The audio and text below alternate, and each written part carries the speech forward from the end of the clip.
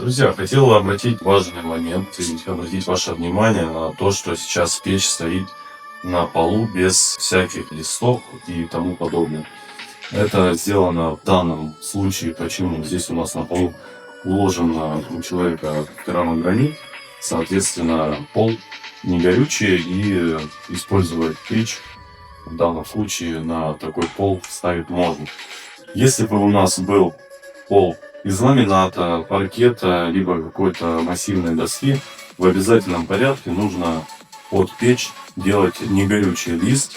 Это должен быть или металл, или какой-то другой материал. Самое главное, чтобы он был невозгораем.